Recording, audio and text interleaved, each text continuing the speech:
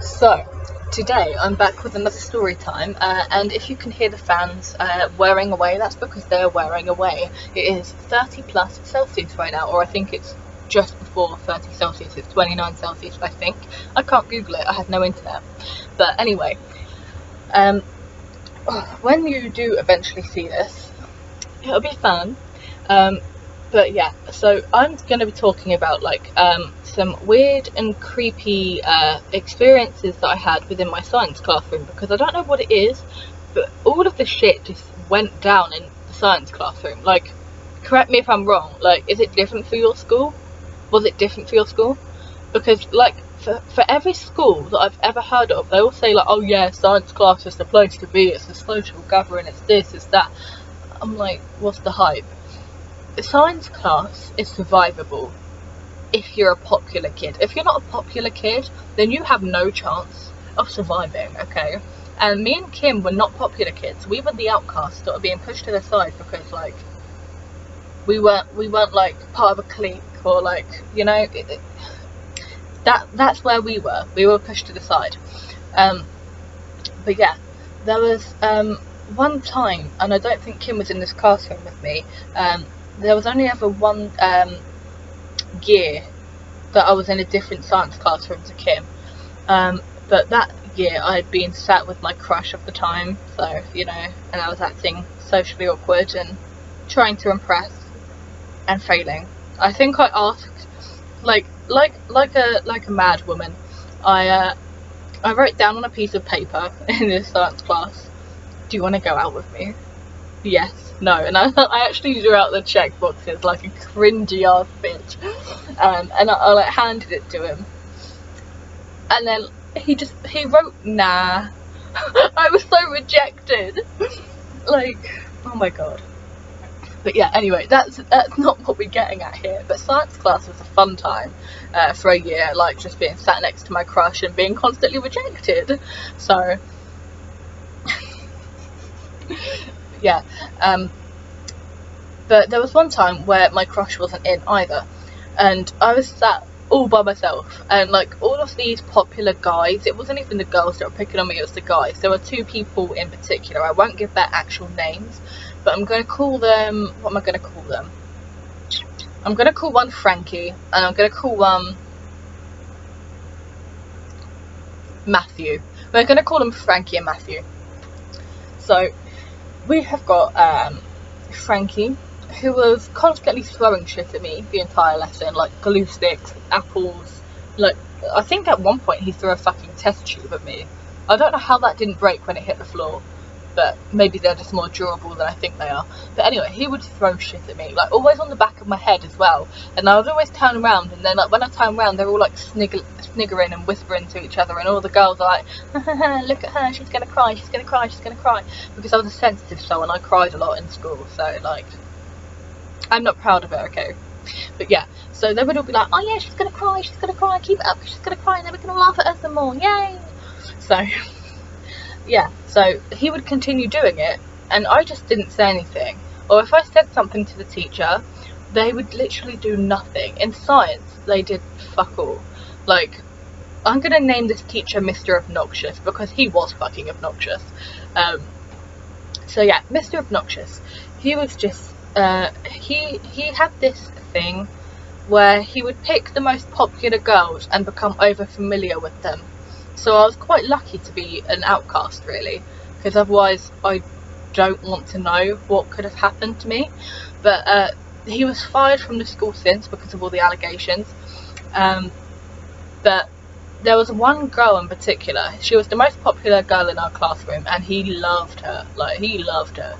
Like, I won't give the actual name of her, but he would be like, oh, come on, Nikki, come sit on my lap.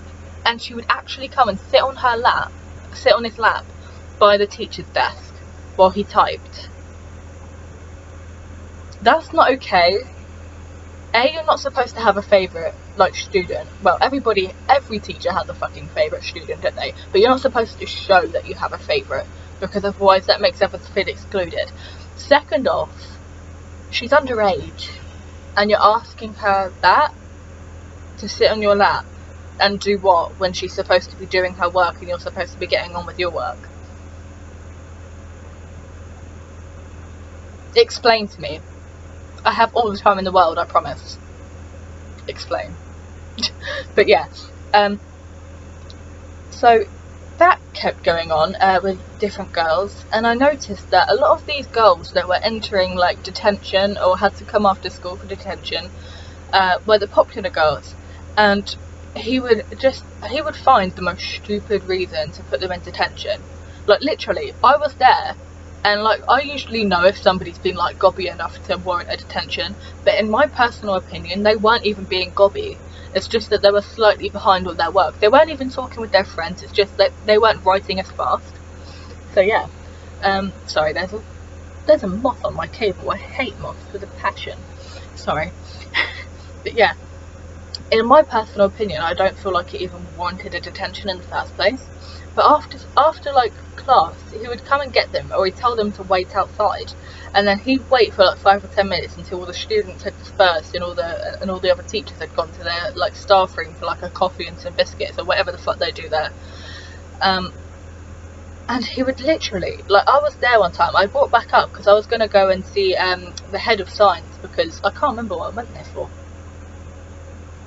I think I was returning an apron because I went and bought it to the other side because we were short on aprons in food tech or something. But I ended up coming back over to the science department to hand it back. And I can't remember which girl it was now. I just know it was a popular girl. It just was, you can tell by the way she looked. And he was just like, she was up against this wall. She was up against the wall. She couldn't move even if she wanted to, because he had his hand either side on this wall, right? He was in front of her and putting like a hand either side. The only way she could have escaped is if she actually made the effort to duck under one of his arms, which you shouldn't have to do. That's a restriction, and that's being too close to your pupil, in my personal opinion. Maybe that's just me being petty or whatever, but I don't feel like a teacher should be doing that. Personal opinion. And he'd also do this thing where he let a lot of things slide. Like, he would let a lot of things slide for like popular kids. He'd either be putting them in detention or he'd let shit slide. If it was the guys, he'd let shit slide, and if it was the girls, he'd put them in detention, because you know, he could do whatever the fuck he does with these girls, right? But these two guys, Frankie and Matthew, were always on my fucking case, always. And no matter what I did, or no matter what I said to them, I've shouted at them before, told them to fuck off. It doesn't matter what I say, they were still throwing shit at me constantly. And one day, this guy decided to come over and have his fun with me. He had a meter stick, you know, like those massive wooden meter sticks, literally a meter long, like thick wood. Mr. Obnoxious saw this because I was looking over at him. I was looking over at him while this was happening to see if he was watching, and he was watching, okay? Just bear that in mind. And this dude, Frankie, he began beating me up with this meter stick. And Matthew was just laughing because Matthew was the one that's throwing everything all the time, so he was just getting a thrill out of watching me be hurt, I think. I don't know what the fuck was going on. But he started beating me up with this meter stick. He whacked me and clipped me on the side of the head. Like, my ears were ringing because he'd whacked my ear and then it kind of went back across to the head. He whacked me several times at the hips, the sides. He got me a few times on my legs. He just kept going. Like, and this was during class. People did not try to stop him at all. They didn't try to intervene. I know for a fact the teacher was watching. As I said, I was watching him watch the whole thing go down. So, sorry, I'm getting so heated because this pisses me off. After class, I go up to him and I say, well, you saw what happened, didn't you? It was Frankie. And he was like, no. I know he did, but I continued the conversation anyway. I said, oh, well, I guess you didn't see it then. Well, I thought you were looking in my direction, but this guy Frankie, he was whacking me with a meter stick repeatedly. I told him where, how many times, and the fact that nobody tried to intervene. I was like, oh, well, sorry, I didn't see that, but do you have any physical bruises? I said, I haven't checked yet, because it's literally, the class has just ended. It was like, oh, well, why don't you see if you've got any like bruises quickly, and then like if you do, you can go to matron and like she could take pictures of it. He was asking me to check if I had bruises in the classroom. He didn't say go to the toilet. He was like looking at me expectantly, like, you know how like, it's kind of like how like, I'm trying to describe this look without like being offensive. You know, like how like a dude or a girl, because it can happen both ways. You know how like a potential partner is kind of expecting sex and then they get let down because you didn't put out or whatever, and they just kind of look at you expectantly as if you're going to do it anyway. Like that kind of stare, like that. I want you. But yeah, that was literally the kind of stare he was giving me. And I was like, well, why don't you just check if you've got any bruises quickly, and then if you do, then you can go down to matron, and then she can take pictures. I said, well, yeah, I'll go check then, but the matron can't take pictures, surely, because I'm underage. That's not right, because even parents can't take pictures. If at my age I could not take pictures of myself, because that would still be illegal, right? So what would make that okay for a matron to do it at school? But yeah, so I ended up checking. I did have marks. I went to matron and I told her what happened, and she said she'd get it sorted, and that there would be some sort of authorities or something trying to deal with it. But it turned out to be like, you know those like red marks, they kind of go and then they fade after half an hour. It was like that. So they weren't like proper bruises, because obviously I did have like my blazer on and my top on, and then like I was wearing a vest underneath, like a long sleeve vest, because it was winter time. So there were several layers like trying to absorb this impact, and so obviously I didn't have like these proper bruises. And she said, well, do you have any bruises? I said, no, there was red marks like half an hour ago, but now there's not, because obviously the layers and stuff. And she was like, well, there's nothing we can do then, because we can't prove that you've been whacked. I said, there are cameras in every classroom, aren't there? And she was like, yeah, and they work, don't they? Yeah. So you can prove that he did it then? Oh no, we can't prove it because there are no marks there. And I'm like, I went home and I was bawling my eyes out. I think I told my mum and dad, and they were not happy. That I think they ended up calling the school, and I think something did actually end up being done with Frankie, but I don't know what happened. He was kind of like pulled out of school, or he transferred to a new school or something after that. I don't know if that was related to what he did to me, or if that was just because he wanted to move school. I don't know what happened, but yeah, either way, he didn't stay long after that. The other guy that was constantly throwing glue sticks and apples and test tubes and whatever at my head, he would continue doing this even after the whole like meter stick charade. And once again, Mr. Obnoxious saw this and did nothing. So one day I turned around. I literally turned around. I'd lost my shit, okay? I didn't do it hard, but just enough to make a point. This was self-defense because I've been enduring it and enduring it and enduring it, right? So I turn around, I literally grab him, I grab his arms like behind his back so that he can't do it, right?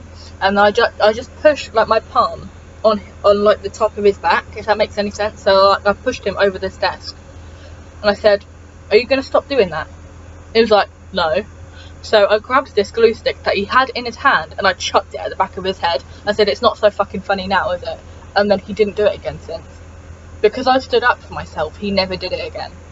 So it clearly took that, and I'm glad I did it. I hate hurting people. I would never do it purposely, I really wouldn't.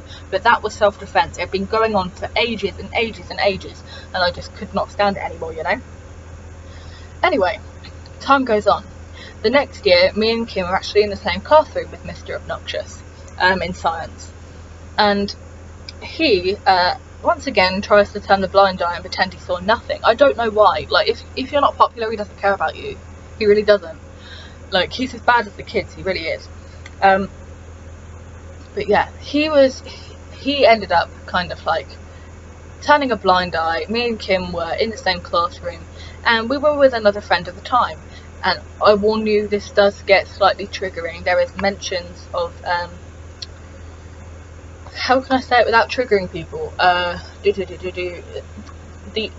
obvious self-destruction that can come with mental illness. So if that is triggering to you, please skip ahead or click off. I do not mind. I will not take offence. I will just give you a moment. Okay, so me and Kim had a friend, and what am I going to name her? What can I name her? I'm going to name her Cringe, because she was quite cringe, not going to lie. She ended up, she liked attention, let's just put it that way. And she would pretend and make up a load of shit that was always proved to be wrong by literally everybody. But she would make up a load of shit, and she pretended that she was self-harming with a ruler, literally doing nothing to herself, but like she was just pretending, you know. And so me and Kim couldn't hack it, because obviously we have self-harmed.